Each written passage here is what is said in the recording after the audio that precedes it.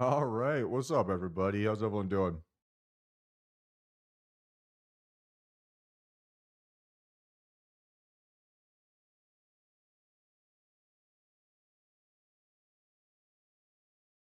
Good evening. How you doing?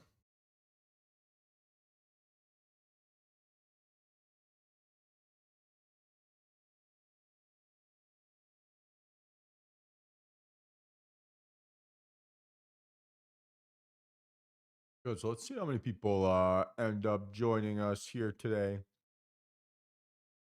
But yeah, let's get after it. Who's got the first question? Who's got the first thing that you guys want to go over? And let's get after it.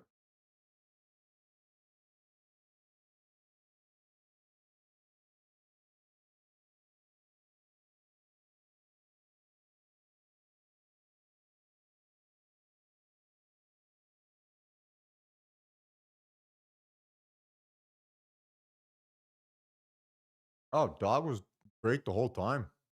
Didn't have any issue. He was running around off leash.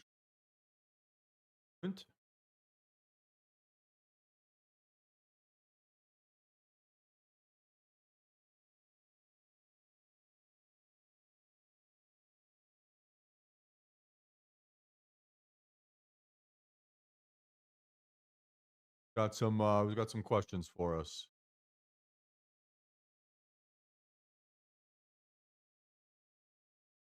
So we talked about this a little bit on the stream here today, right? I think people need to understand how trade copiers work and how they don't work, right? So everyone talks about like, oh, what's the magical setting or what's the whatever, right? Or like your delay here is 5 milliseconds, right? You're not going to notice 5 milliseconds as anything. Your biggest restriction for your trade copier working is getting filled or executed with enough actual volume at any given time. So if I were to look right at the DOM here,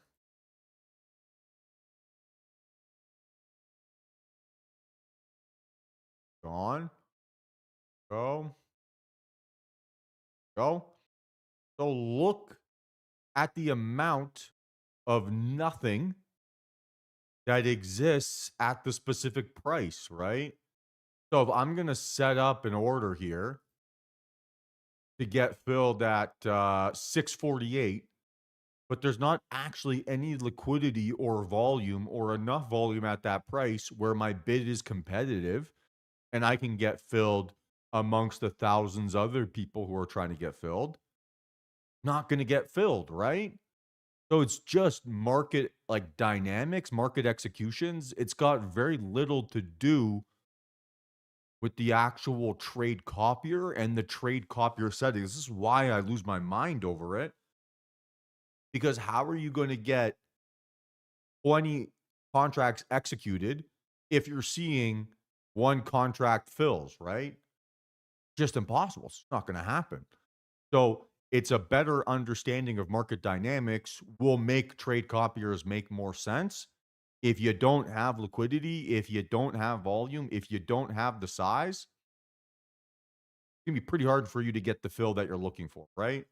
So even if we're just watching this here, like we see a 7, we don't see any 20s, we don't see any 50s, we don't see any hundreds, right? So where is the liquidity where you could actually get filled with your copier? You're going to get filled at what the market can give you, and don't blame technology when the market's not giving you your liquidity, right?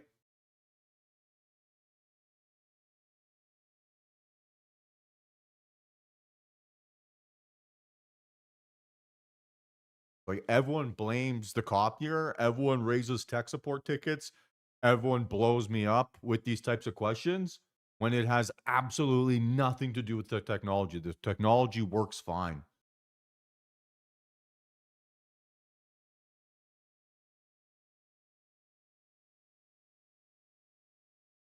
Like someone has to sell you the contracts for you to buy them, right?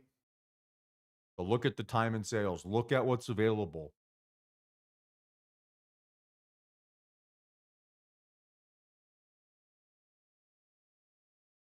That makes sense?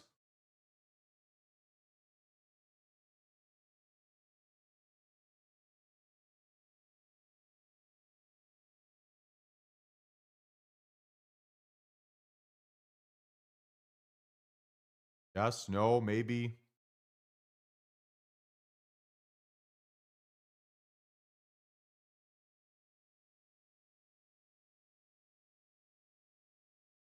Look how long we had to wait till we finally saw a 20, right?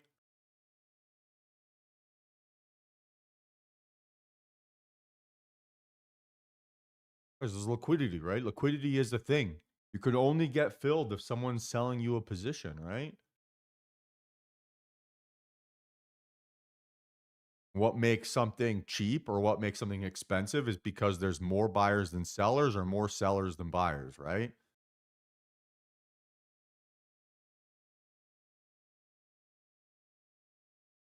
And if you have thousands of people competing for price and fills and um fuck, like the biggest the biggest project I worked on institutionally was focusing on getting our like data infrastructure to be closer to the exchanges so that we could reduce the latency at like the speed at which we got orders so that we could be more competitive in getting our order filled.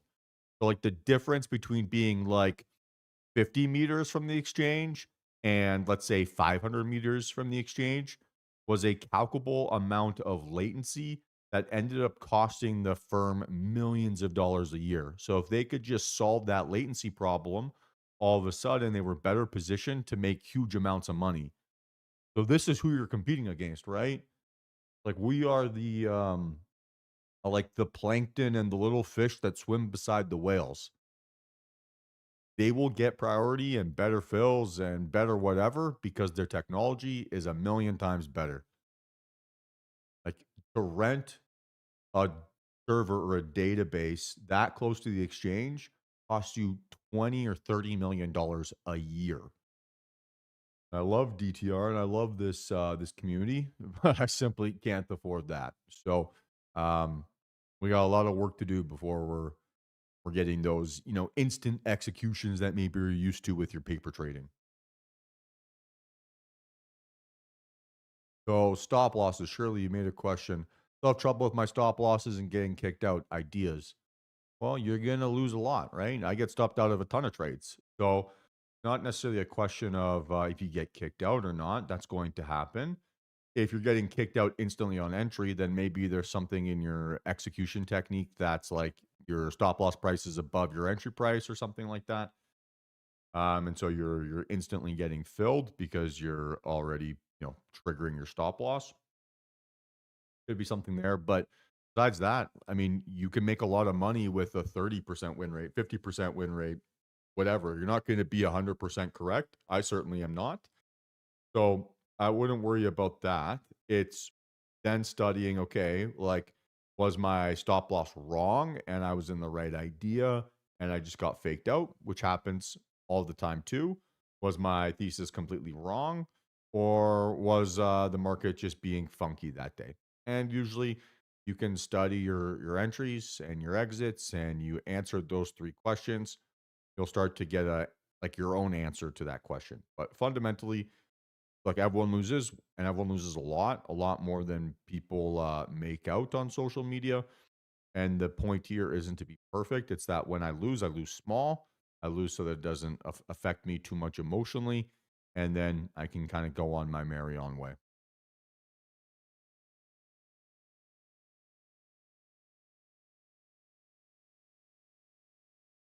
All right, what are the questions we got, guys? What else we got?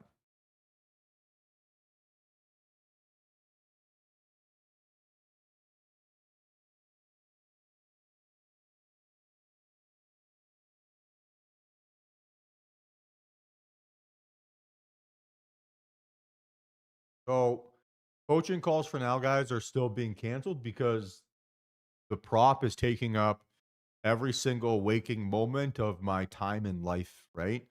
So I just can't fit everything into one day in the short term. it's going to be like this until everything is kind of smoothed out and a little bit calmer and the team is all in place. But short term, yes, these are going to continue to be the uh replacement, I guess, for the one-on-one calls. But the goal here is not for it to be for too much longer. We'll see. Um, but yeah, well, that's the goal, right? The other element too, guys, I want you guys to be sympathetic with me about. Like, I have only so much amount of time in a week, right? Like the stream already takes up 20 hours a week. When I am like open up my calendar to the coaching calls, I end up doing 7 or 8 hours a day of just back to back to back to calls, right? And that becomes very mentally exhausting and quite draining sometimes. So that there is a little bit of I need like a bit of a break every now and then, right? It is really intense. It is the part that's the most mentally exhausting. And it's the thing that it- I'm just not like I don't get energy from it, right? Like I get my I'm not a super social person. I'm an introvert by nature. So those days where I end up talking for 10, 12 hours straight, I just end up really, really tired and mental capital gets really exhausted by the end of it. Not any like indictment on any individual person or the process at all in general, just the reality of what I am, right? Like if I could just trade and just live stream and not do anything else, that would be amazing, but that's not what I offer, and um try to be as available as I can be, but I also need to find that balance for myself too. And it's not not putting my feet up and on vacation, right? Like, because I've been dealing with tech issues and helping people with their accounts from the second the stream ended today to now, right? Like, I've not had a break. That has been the par for the course since about November, and it's yeah, it's just exhausting. So just managing that, managing my mental capital makes stream performance generally better, and that has more positive consequences for everybody. Fair?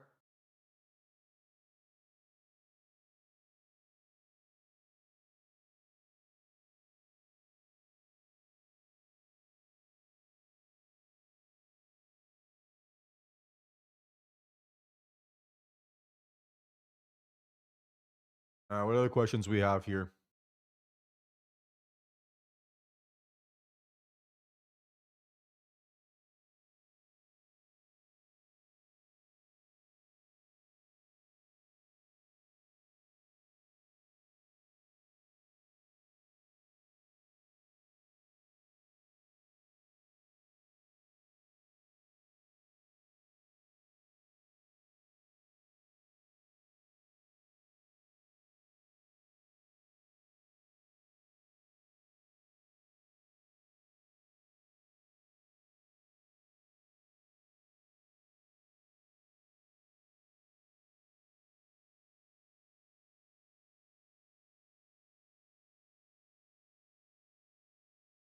It's been a long a lot of work for sure. It's very rewarding to do it.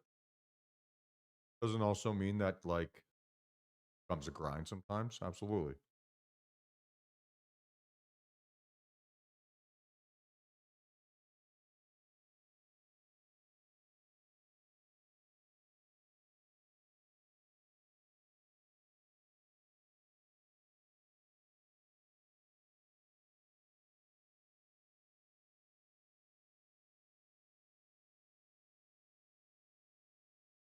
Who's got some trading questions or stuff like that? Who wants to go over some? Everyone's asking about one-on-one calls. What are the questions you would ask in your one-on-one that we could go over now?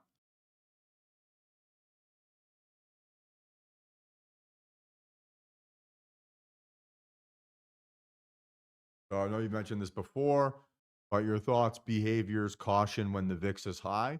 Um, I don't know if it really necessarily changes any of my behaviors, Marty, right? All I use it for is like an implied range, right? So it's like getting a consistent story from the market. So, at open this morning, right, we opened up, 27. So divide that by 16, call it like 1.9% implied daily range. What was the implied daily range here of the old NQ? Okay, a little bit like 2.7%, right? So we had a larger expansion day than expected, right? That's really all I'm looking for. Same thing if it goes less. It was less volatile than maybe implied. So that's all I'm looking for. It's a narrative of consistency. If the VIX is telling me elevated volatility, then I would expect to see bigger ranges, bigger candles, probably bigger volume, right? That's about it. Everything else in my system remains exactly the same. It's just a way of me being able to reset my expectations over what's a realistic move that day, right? Like if I have a VIX reading of 10 and I'm targeting a move on NQ that's 600 points, that doesn't make very much sense, right? The volatility and market dynamics don't seem to sync up with that setup. So it doesn't pass the smell test, and I'd want to avoid that trade. Whereas if I had a 27-point VIX like we had today, and I'm targeting a move that's 150 points, okay, yeah, that makes a lot of sense based on the volatility and the implied range that we've seen so far today. So it's just about setting expectations on if today should be a volatile day or if today should not be a volatile day. And volatile doesn't mean bouncy or like one green candle, one red candle. It means expansion, right? Or yeah, it means expansion. So if you're expanding or greater volatility than the implied range, that's a good thing.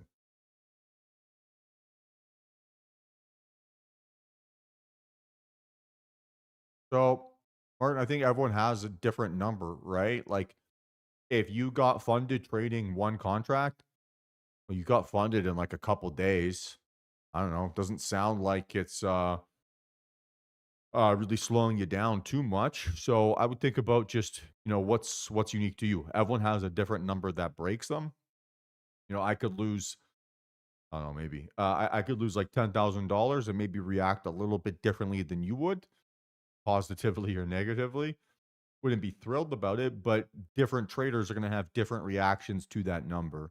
So your objective is to figure out what that number is for you and to always make sure that you're like it's impossible for you to hit that, right? You will make more money holding onto your account long term than trying to get a big payout day one. So why not optimize for that long term result?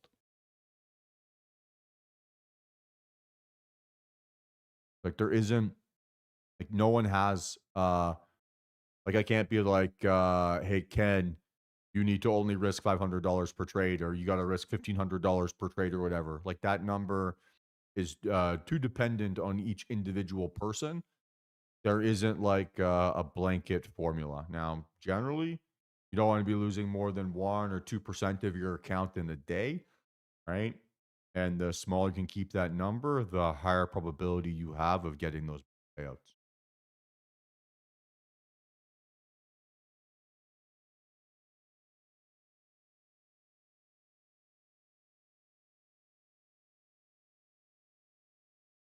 What else we got here? Let's stack up a couple.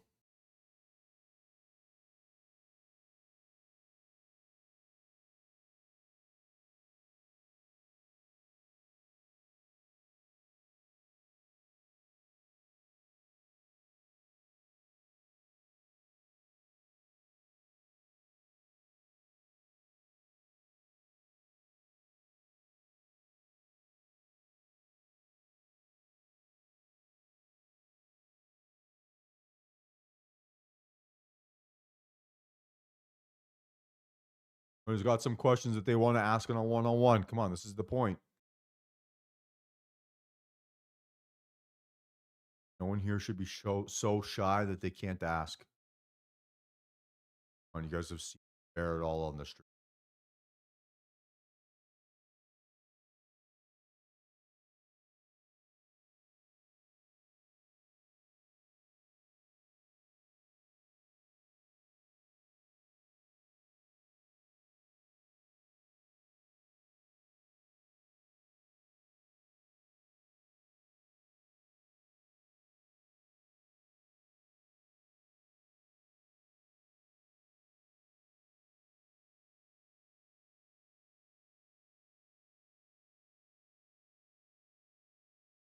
Questions here, guys? Come on, any questions?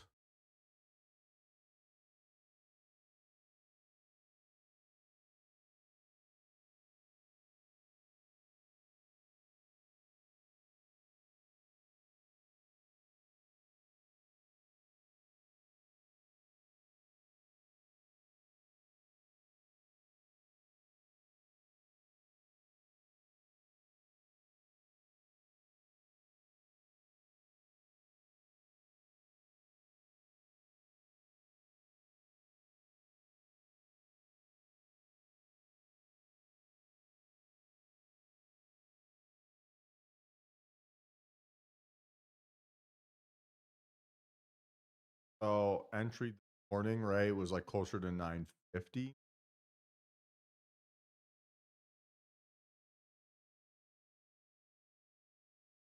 Right? So here's your setup candle, your breakout, right? Little fake out thing, low volume, right? Lowest volume of the day. So nothing about that bearish move tells me I should be scared. Fake out, entry, boom, go. As for what I was thinking, dude, I don't know if I'd be able to give you a better answer than what I actually was saying in the moment in that stream, right? Like what's going on in my head or how I'm talking in the stream in the moment is always my stream of consciousness. Don't have a filter there. I'm not like holding back any thoughts. As price is pulling into my entry zone, my thought isn't a technical one, it's an emotional one, right? It's I want to be entering this position or entering this trade when I feel in control over my psychological state. So I'm not looking for like a technical reason once my setup and confirmation is active. I'm looking for a reason where I feel like I'm not chasing the move and I feel controlled when I click some. What's the average time it takes for someone to pass an eval? Everyone's very different there, surely, and it'll depend on your position sizing that you choose to trade with. I wouldn't necessarily force yourself too much to think about like a time frame like that that creates an unrealistic expectation. There's no pressure for you to pass your account tomorrow or for it to take you 6 months. Focus on your own journey and everything else will take care of itself.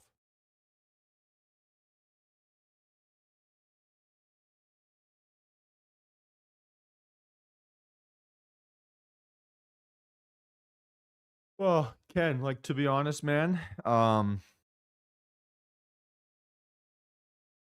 probably think about the confirmation bias you have about your stop losses, right? Like my win rate last year was like 53 or 54%. That means just about every other trade I was getting stopped out on. So I don't know if I would necessarily uh try to galaxy brain it there, right? Everyone has a profitable trading formula where their current average loss is X and their current average win is X, right? Once you know those two different, like what those two numbers are, you figure out what win rate you need to become profitable. So if your average win is 200 bucks and your average loss is 200 bucks, right? A 50% win rate's going to leave you treading water and you're not going to move anywhere. But if all of a sudden now that's 60%, right? It becomes a little bit easier to be green. Now, the other way that you can increase that margin of error, right, is changing those ratios on those numbers. So if that 100 or that $200 loss becomes a $100 loss and it stays a $200 win, well, now that 50% win rate is significantly more profitable than that 60% win rate with the 200 and 200. So I wouldn't worry about the quantity of your stop losses that you're getting stopped out. That happens. And it's going to happen a lot when you have a very headline driven market with a tremendous amount of geopolitical news and you're in a 6 month range. So let's not get too carried away here with making these like dramatic changes because, oh my gosh, I've had 3 or 4 days this month that have been really challenging when the rest of the year has been amazing. That's a really stupid way to cost yourself a tremendous amount of money. It's just about being consistent, focusing on the quality of your risk management, and just letting variance play out because that's all this game is. The hardest part about trading, actually, the hardest part about trading is finding your edge in the first place, right? And learning how to control your psychology. The second hardest part of trading is trusting that edge in psychology when things aren't going as smoothly as you like. And that's easier said than done sometimes, but that's ultimately what makes you money, right? It's the consistency. So you're going to get variance going in your direction. Sometimes it's going to go against you the other times, but it'll all even out as long as your math works out fine.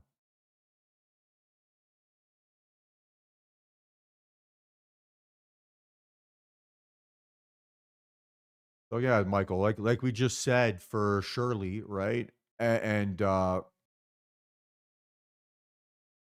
someone else here, right? But everyone has a different number that breaks them for what their risk management is. You know, if I tell you to trade 10 contracts, but you can't handle $100 loss, right? Sends you on tilt, then what's the good of trading 10 contracts, right? You're just going to get on tilt every time you have a losing trade. So that's a question you have to answer yourself. And generally, that number is less than you think. And if you can just learn how to survive in the market and learn how to control that dopamine, becomes a lot easier to start compounding those wins and then actually increase what that number is. So can't tell you what your trade size should be. That's a decision you make. You need to be responsible for the risk that you're taking per trade, but I would look internally at your past trading if you have any, and think, hey, where were the days that I hated how I traded? How much did I lose before I started going on tilt? Maybe let's go like a third of what that number is.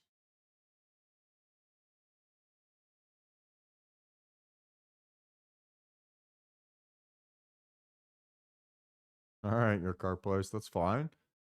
We've got traders of all skill levels here that will get better.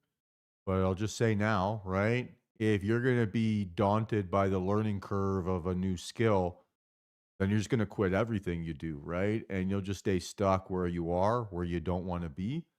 Yeah, there's a sharp learning curve for a couple days, but once you get over that and you do a couple days of practicing, you'll pick it up pretty quick. I would be very careful with the limiting beliefs that you create for yourself because if everything ends up being too difficult and too complicated, then it always will be.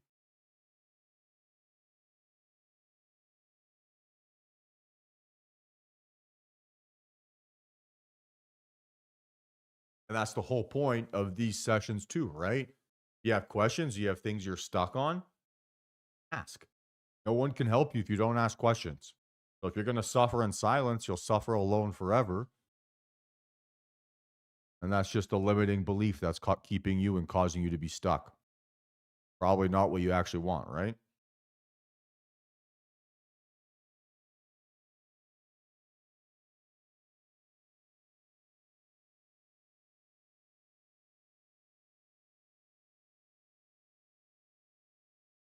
Who else has got some questions here?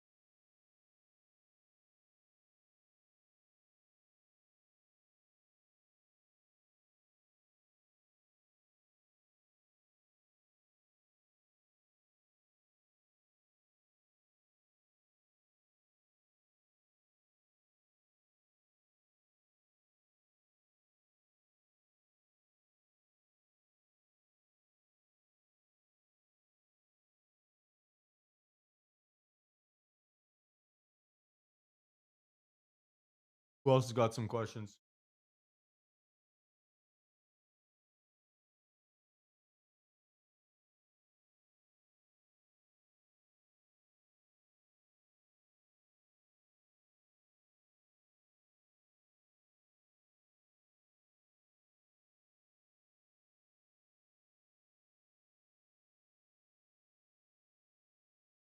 I get stopped out on a trade where I know it's going the way that I want, should I get back in? Is that your question? Yeah, okay. Well, I would challenge that statement, right? No one knows which way the market is going to go. Your ego is telling you which way you know it's going, but that's not necessarily a feeling that's based in reality or one that's based in fact. So I'd be very careful with that type of like, oh, I can't. I know I'm not wrong here. Let me go in because eventually accepting that loss becomes very very challenging, and those become trades that will blow up your account, right? I was 100% certain, ends up being a loser, and now you're screwed. So I would really challenge you against that belief or being stuck in that belief.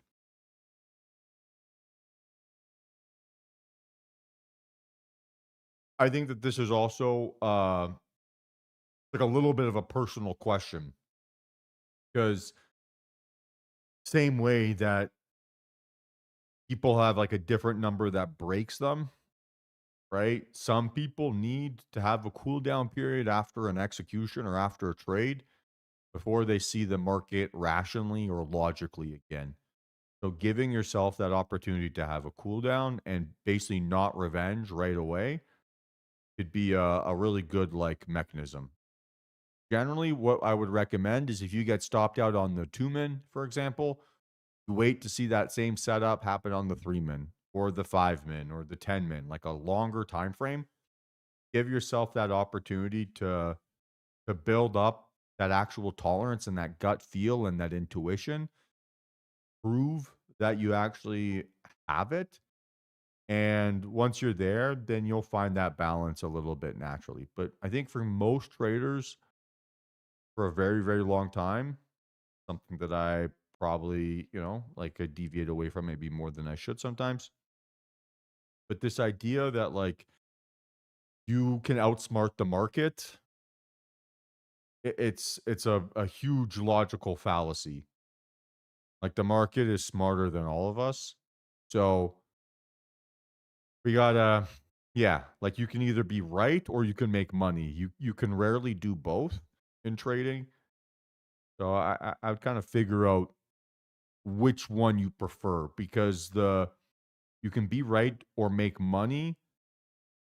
It isn't indicating like, oh, like you can make winning trades and lose money. It's that you trade your system, you trade your technique.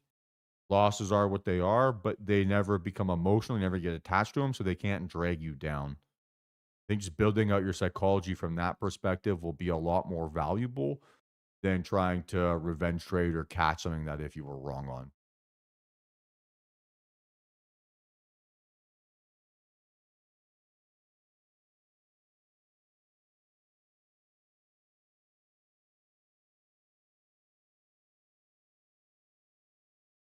Martin, are you still in here?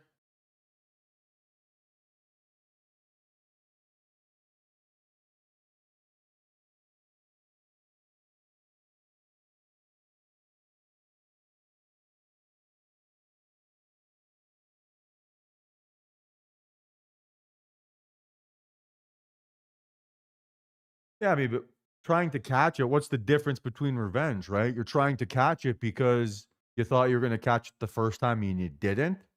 So now you want to get it back, right? What's the difference between that and revenge? Like I would say that that line gets very blurry very quickly. And when, things get emotional when you're trading, how are you going to know to straddle that line effectively?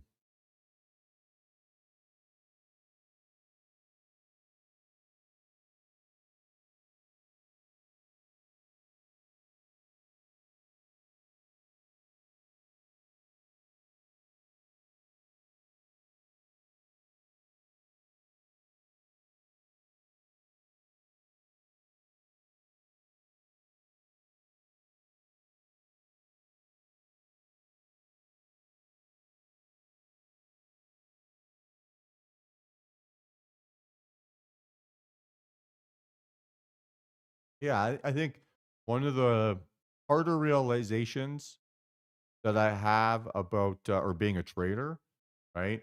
If I was wrong on my entry, right? So if I wasn't green right away, what else in my thesis am I wrong about, right? So like if my trade is strong, my entry should be green pretty much right away and it should push up to highs and it should do whatever, yada yada yada. If it doesn't do that, what else am I wrong about? Because when I enter a trade, I'm not entering a trade thinking, "Oh, I'm going to spend 10 minutes in drawdown, sweating bullets, being nervous before this goes green," right? I'm entering it because I think it's going to be green right away. So if that isn't the case and I'm wrong on that, what else might I be wrong on, right?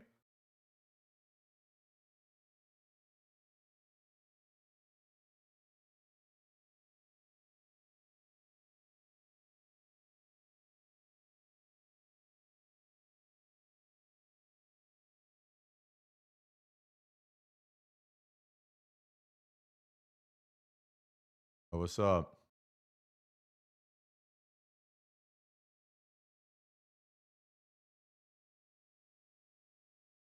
Like sure, they will say, right? Trading is very much a psychological game disguised as a technical one, right?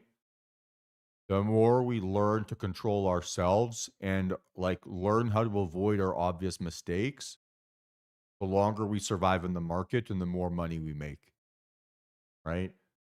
Like we're trying to optimize every decision to avoid that big like blow up, one crazy trade, one whatever, right?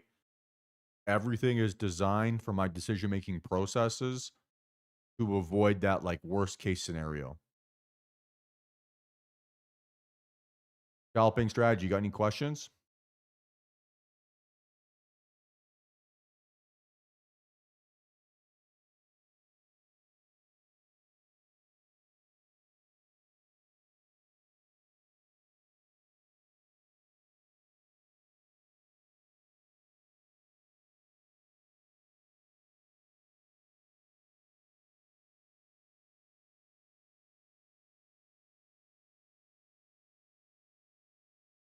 Who else has got something for me here?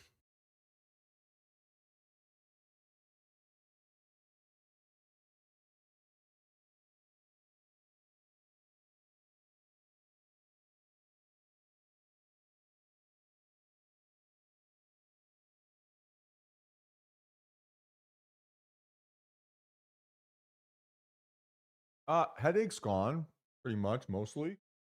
I got a nice black eye. My like left side's like still a little bit swollen. Main thing that's a huge pain in the ass is I broke my thumb, my index finger, and my pinky on my right hand. So like using a mouse is really awkward because like I'm used to it being an index finger clicker. So like using my middle finger and my ring finger, pretty tough.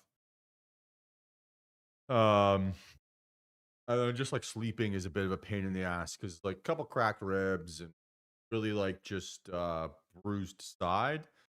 So just finding like a comfortable spot to rest in, not super easy. Eh, Yeah, I do trade. Yeah, about 9:30 to 11 Eastern approximately. Sometimes a little bit longer, sometimes a little bit shorter. Click the in the description of this video, daytraderfunding.com. Purchase the coached package. See the coupon there in yellow. I'll get you access. Yeah, I got hit by yeah, it wasn't a ton of fun, but that's life.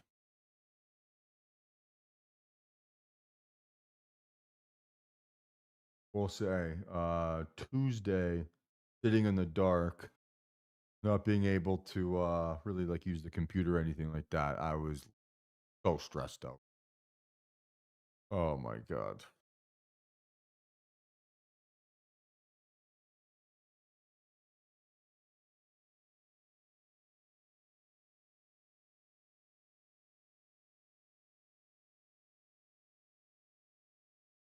I also got some trading questions here. Anyone?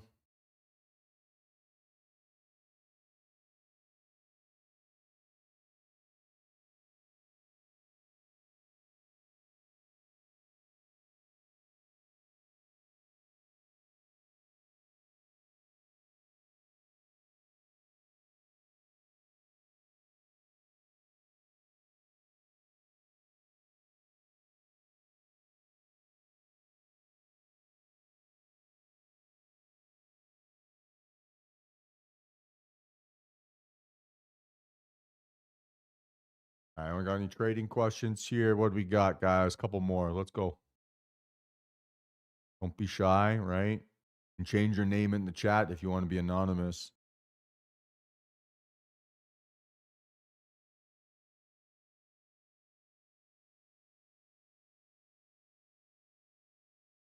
Yeah, in the description of the video, right? Daytraderfunding.com.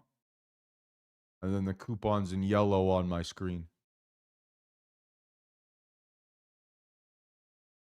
So, right, you got to ask yourself, what if I'm in a trade, okay, and I get in, I need 2 out of 3 things, right? I need strong candle shape, strong volume profile, and hold higher highs. So I look at each candle at the close. They give me a full body bullish candle, yes or no question, right? Or like a second most bullish or normal body bullish, right? It's a yes or no question. Did it hold above the previous candle's high, right? Again, a yes or no question. Is the volume increasing or decreasing? Yes or no? If I have 2 yeses, sweet, I should trust my thesis and keep going. If I have 1 yes, I get out, right? Or look for my exit. If I have 3 yeses, sweet. If I have 3 nos, get out. So it's just a binary process, right? What are the 3 things we look for? Strong candle, strong volume, holding highs. Same way we would on a setup and confirmation, right? Except we do it a little bit backwards. Setup needs to break out through the highs first, then it holds them and it holds it on volume, right? So it's just the same 3 characteristics repeated over and over and over and over again.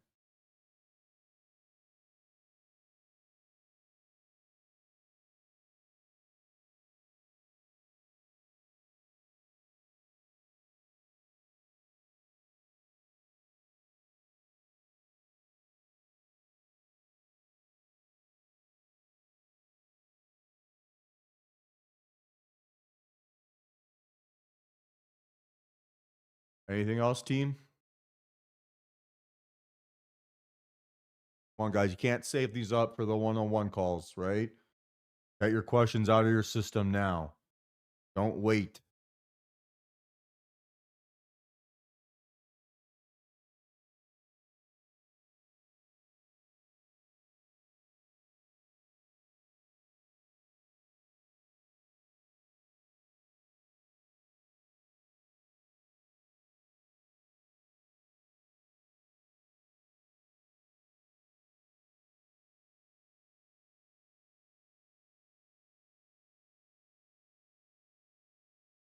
Well, I mean, Marty, I can refer to it, but like it's drawn out on my screen, my plan the entire time, right? So it's like, I don't know, man. I can't like every time I'm talking about a setup being like, okay, well, this is a 2 out of 3 market conditions here this morning. And so this candle does this and this candle does that. It doesn't work like that, dude. Like I draw and write out my plan here on my screen so that I can always see exactly what I want to do throughout the trading day. This is both for my benefit and your benefit. But yeah, I don't really know what else to do besides that, right? Because this is my pre-market prep, and I can see it all session. Yeah, surely we've been in a 6-month range. Market is still very choppy. But guys, we had like 4 or 5 days since January where we haven't like done 60 points a day, and people forget that so quickly. So it's like the short-term mindset is killing your ability to see what we've done over the last few months.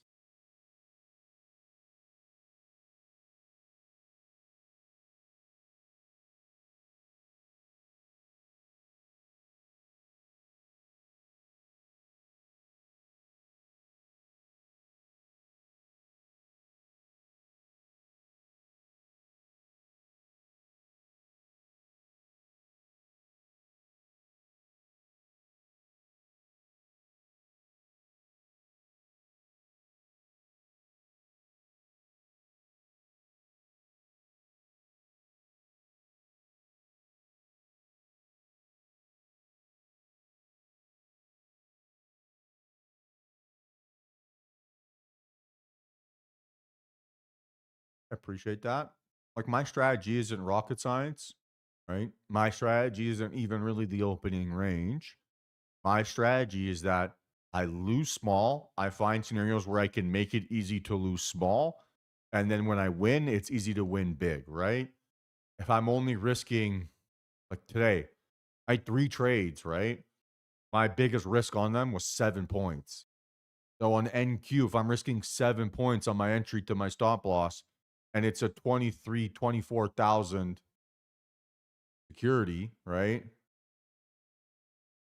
Pretty easy for me to get like 30 points. So yeah, you can trade with me during your evaluation. The cost will depend on the size of account that you want to trade with. Like I said, there's that 80% off coupon there, so I'm sure you can find yourself a deal. I mean, I would say that my favorite prop firm for sure is daytraderfunding.com, the one that I own and operate and try to run like an old school trading desk.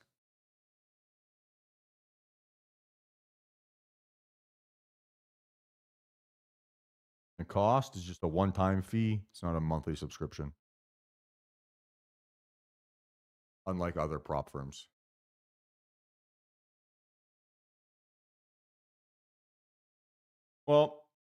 We should be realistic, right? About what me trading on the day trader funding platform would be. That would mean that I go from trading real capital to trading simulated capital.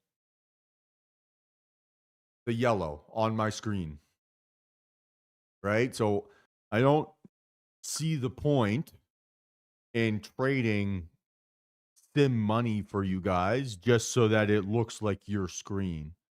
That doesn't really make a ton of sense. Doesn't make me any money. So there's no tangible financial benefit to me doing that. It just makes it easy for me to be called a paper trader or something. So I'm not super enthusiastic about that idea. Hey, guys, it's in the description of the YouTube video, daytraderfunding.com. Daytraderfunding.com in the description of the YouTube video. It's all there.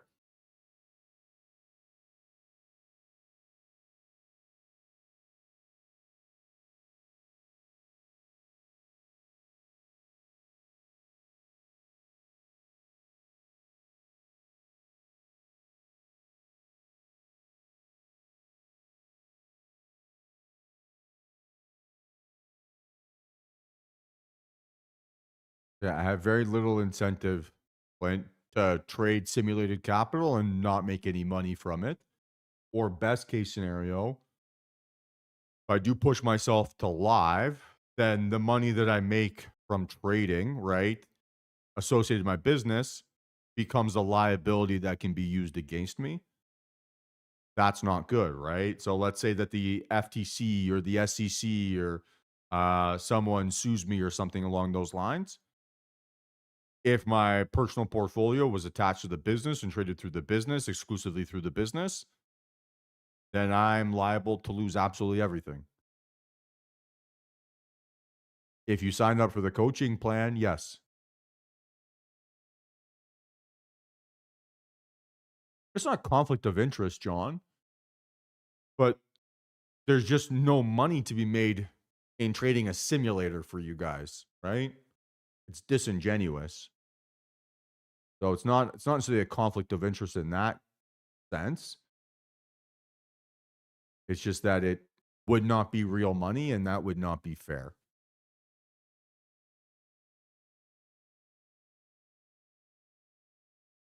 All right? Like I can go into any one of your guys' accounts. Hey, scalping strategy. Shit's easy, man. Daytraderfunding.com.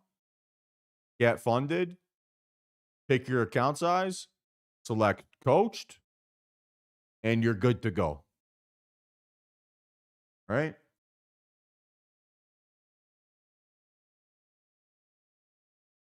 Website's pretty easy.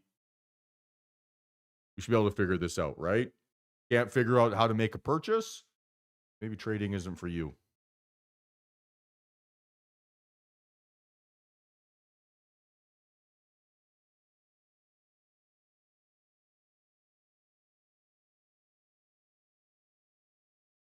Any other questions here, team? Any other trading questions?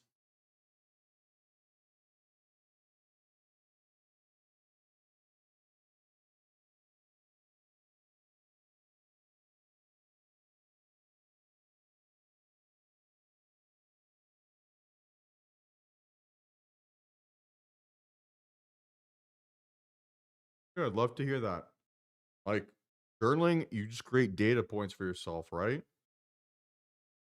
And if you're not creating good data to track and study and learn from, you're going to be doomed to repeat the same mistakes over and over and over and over.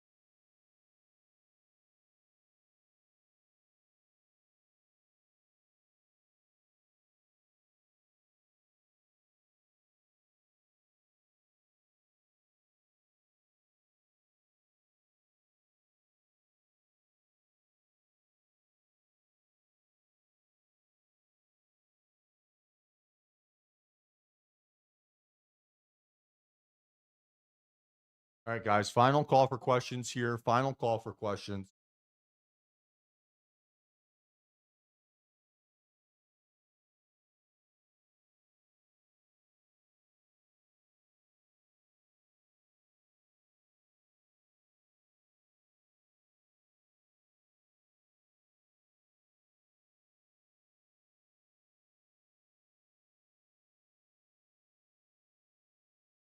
Just one platform. It's Volumetrica. It looks like this. The one I was showing everyone earlier. Works the same as every single platform that exists.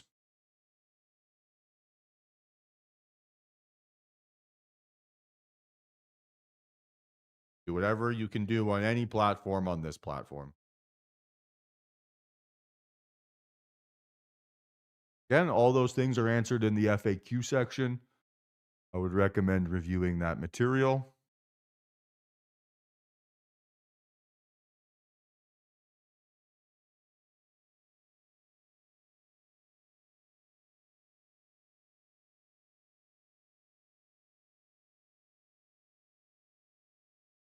Any other trading questions?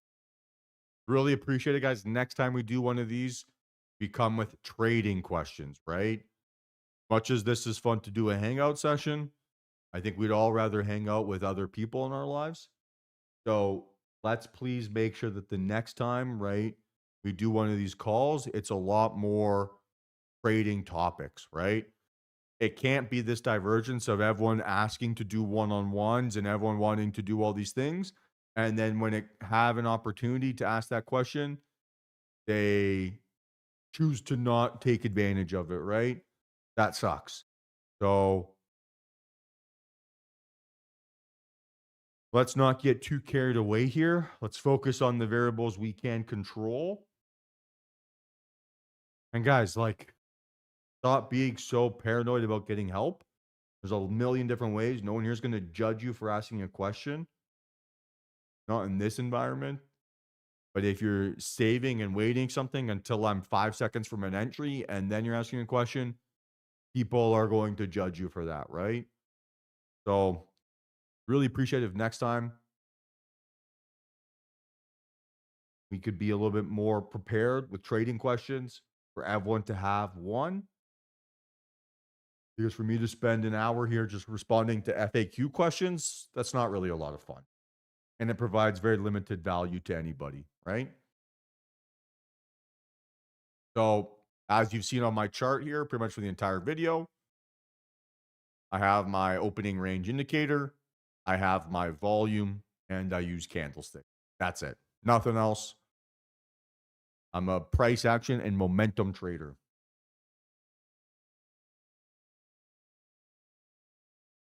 And generally, I want to set my stop losses to be about 10 points and then try to find a discount, right?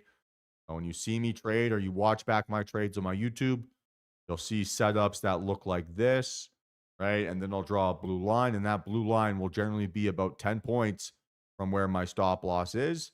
And I'm looking for entries that are at a better price than that blue line, right? Let's say my stop loss is very low a day. That's 61. My reference price would be 71. So I'd be looking for an entry in between that zone. The bigger discount I can buy, the less I lose when I'm wrong and the more I make when I'm correct.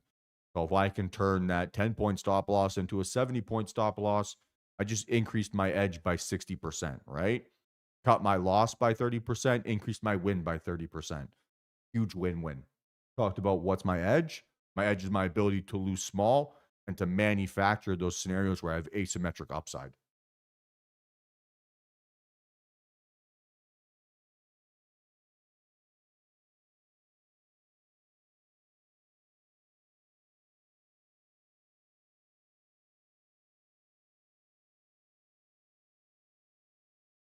All right, guys, final call here. Final call.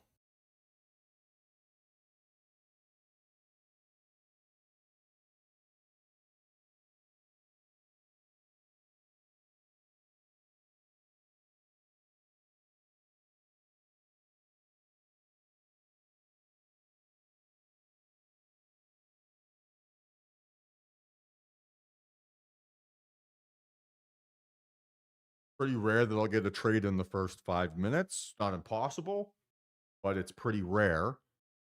It's not going to happen ever on the 5 min candle, though, right? Because the first candle of the day establishes the opening range. So there's no trade for me until the second candle happens. So if I'm trading on the 5 min time frame, the earliest I will ever get an entry is 10 minutes into the day. One day to establish one candle to establish the range, one candle to establish a breakout and confirmation. So for me, I need at least two candles on any time frame before I can actually start looking at opportunities.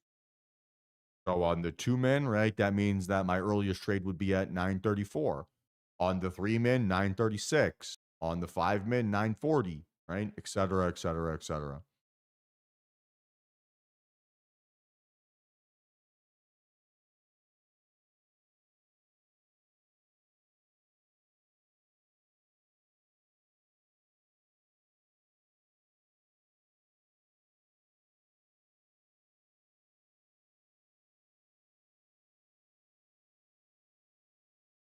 I mean, is there an easy way to input those numbers in all the fields?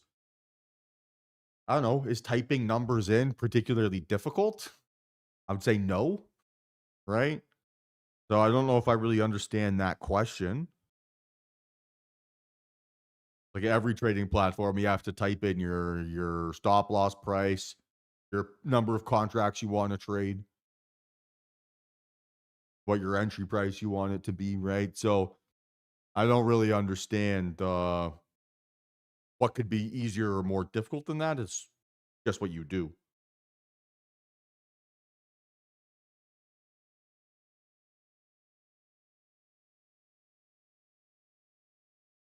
Yeah, SJS. I would recommend just watching some of the trades on my YouTube channel, right? I've uploaded like 600 trades, maybe more. I would recommend viewing those. Those probably answer a lot more of your one-off questions.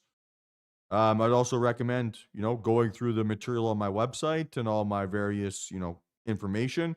There's tons of stuff on my YouTube channel. So without having to spend another hour here breaking down my strategy, that's probably the best thing that you could do.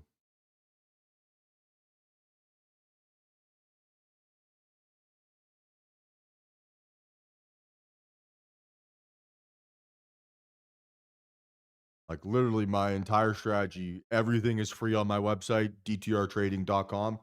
There's an AI coach. There's all my trades. There's all my courses. There's everything you could possibly want to go through. I would recommend going through those materials and don't cheat yourself of that opportunity. Oh, the easier method, right, is to just build up the muscle memory and practice and get good and get fast at it. One afternoon, when markets are volatile and you're done trading for the day, open up your paper trader and fire out 100 orders as fast as you possibly can. You're not going to get good at it unless you practice. So don't avoid trying to practice and look for some holy grail. Just get good at practicing, and then it will be your holy grail. Not hard to fill in prices. You just have to find your workflow to do it. Like I'm filling in my prices as I'm setting up a trade, right? So if I were to look at something right now, so let's go electron trading hours, right? And I'm looking at a trade and it's setting up. Well, the second I draw out my fibs, first thing I'm doing is typing in my stop loss location.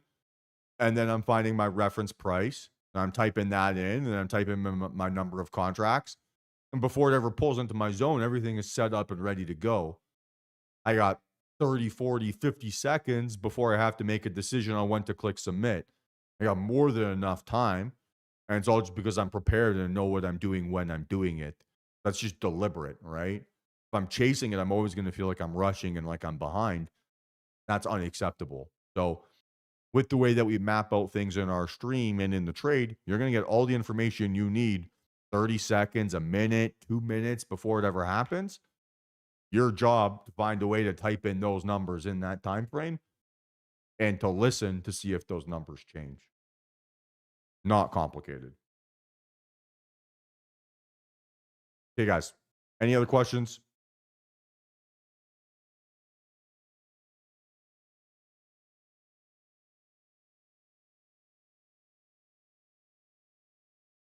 Yes. The coupon in yellow, guys. The coupon in yellow on my screen, the random numbers and letters in yellow that says found 80.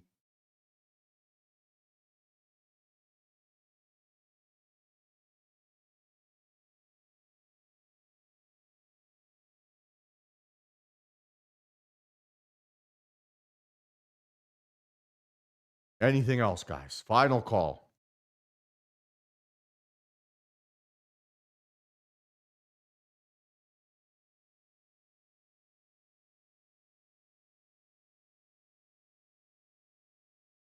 All right. See you tomorrow.